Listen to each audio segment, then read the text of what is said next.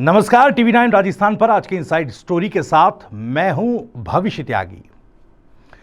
राजस्थान की सियासत में बीजेपी जहां लोकसभा चुनावों की तैयारियों में लगी है और यह कहा जा रहा है कि लोकसभा की 25 सीटों के लिए मंथन बीजेपी में फाइनल दौर में चल रहा है। यानी लगभग यह तय हो चुका है कि बीजेपी किन किन उम्मीदवारों को या यूं कहें कि किन किन प्रत्याशियों को लोकसभा के चुनावी दंगल में उतारने वाली है। लेकिन इससे इतर कांग्रेस के भीतर क्या चल रहा है, इस पर आज बात करेंगे। और सवाल ये कि क्या कांग्रेस पार्टी ने एक बार फिर से पूर्व मुख्यमंत्री अशोक गहलोत को एक बड़ा मौका दिया है क्या? यह सवाल आखिर क्यों उठा है, यह इस वीडियो में, इस इनसाइड स्टोरी में आपको समझाते हैं।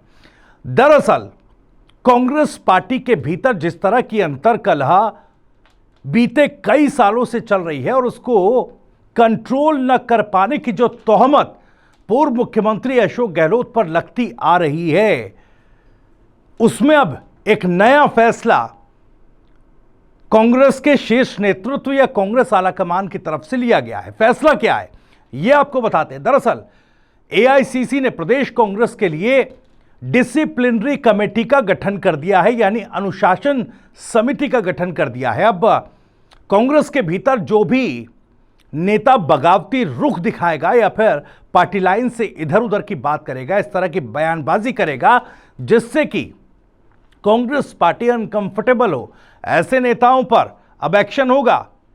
हालांकि आपको बता दें कि 3.5 सालों से यह कमेटी भंग चल रही थी। 2020 में बगावत के वक्त से कांग्रेस की तरफ से तमाम जो नियुक्तियां थी, संगठनात्मक नियुक्तियां थी और ऐसी समितियां थी, उनको भंग कर दिया गया था। अब फिर से अनुशासन समिति का गठन हो गया। लेकिन क्या वाकई ये समिति जो पार्टी को अनुशासित करने के लिए, अनुशासित रखने के लिए बनाई गई है, ये वो अपना काम बखूबी कर पाएगी? क्योंकि आपको याद होगा किस तरीके से बीते कुछ सालों में प्रदेश कांग्रेस में एक दूसरे पर वार पलटवार, आरोप प्रत्यारोप का सिलसिला इस कदर चला है कि कांग्रेस पार्टी को इसका खामियाजा चुनावों में भी उठाना पड़ा है। अब सवाल यह कि गहलोत के लिए एक मौका क्यों है? अब देखिए, पूर्व मंत्री उदयलाल आंजना के नेतृत्व में यह 4 सदस्यीय कमेटी का गठन किया गया, जिसका चेयरमैन उदयलाल आंजना को बनाया गया है। शकुंतला रावत, इनको को चेयरमैन बनाया गया है। हाकिम अली इसके कन्वीनर होंगे और एक सदस्य को मेंबर के तौर पर इसमें शामिल रखा गया। और ये चारों जो नेता हैं, ये चारों जो चेहरे हैं, उनको लेकर कहा जाता है कि गहलोत के काफी करीबी हैं। हालांकि प्रदेश में इस तरह की चर्चाएं चल रही हैं कि अब सचिन पायलट को हर मोर्चे पर पार्टी मौके देने के मूड में है और राहुल गांधी को कहीं ना कहीं पायलट पर ही पूरा भरोसा है। फिर इतनी बड़ी अपॉर्चुनिटी एक बार फिर से पूर्व मुख्यमंत्री अशोक गहलोत को क्यों दी गई है, यह जरा आपको समझाते हैं। दरअसल देखिए, राहुल गांधी पूरी तरह से सचिन पायलट पर भरोसा कर रहे हैं और जिस तरीके के हालात पार्टी में बीते दिनों बने हैं, उससे कहीं ना कहीं यह माना जा रहा था, ये कयास लगाए जा रहे थे और इस तरह की चर्चा थी कि गहलोत ने अपना जो भरोसा, शीर्ष नेतृत्व को जो भरोसा गहलोत साहब पर था, वो भरोसा खो दिया है और अब कहीं ना कहीं राजनीतिक अवसान की तरफ, एक यूं कहें कि सियासी ढलान की तरफ पूर्व मुख्यमंत्री अशोक गहलोत का करियर चल पड़ा है। लेकिन इस बीच तमाम ऐसे नेताओं को मौका दिया गया इस अनुशासन समिति में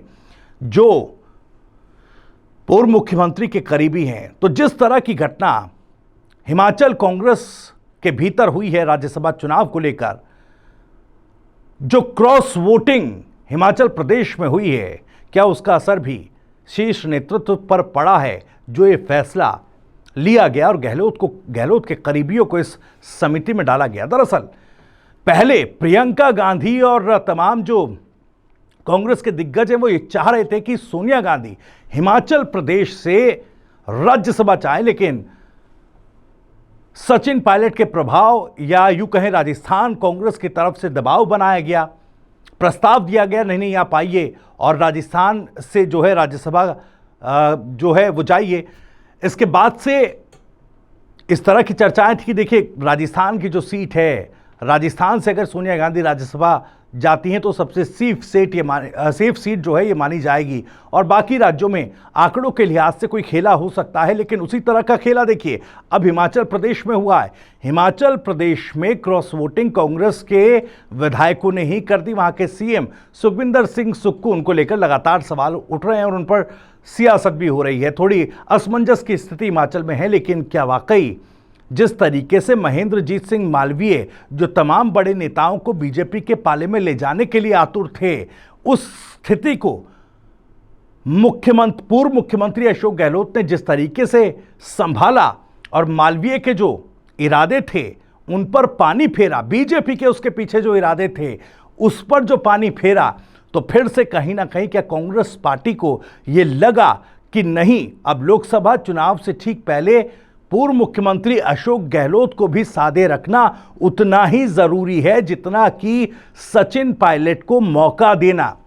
और इसी क्रम में यह अनुशासन समिति का गठन किया गया है और इसमें चारों जो नेता शामिल किए गए हैं वो गहलोत के करीबी बैठाए गए हैं। इसमें एक और पहलू यह भी है, क्योंकि अब गहलोत के ही करीबी नेता इस अनुशासन समिति में हैं, तो सीधे तौर पर प्रदेश कांग्रेस में चाहे इधर से हो चाहे उधर से हो, अगर गलत बयानी होती है और ऐसी बयानी होती है जिससे पार्टी अनकंफर्टेबल हो जाए, तो कहीं ना कहीं इसकी पूरी जिम्मेदारी अनुशासन समिति के साथ साथ पूर्व मुख्यमंत्री अशोक गहलोत के कंधों पर होगी। यानी कि पूर्व मुख्यमंत्री अशोक गहलोत इसके लिए खुद जिम्मेदार होंगे कि पार्टी में अब कोई असहज बयानबाजी न हो। आलाकमान भी सीधे कह सकेगा कि देखिए अनुशासन समिति भी आपके हिसाब से तय कर दी है और अगर आप अब भी नहीं संभाल पाते हैं तो फिर गहलोत साहब के लिए मुश्किलें और ज़्यादा बढ़ सकती हैं। तो ये एक चुनौती भी है और एक मौका भी है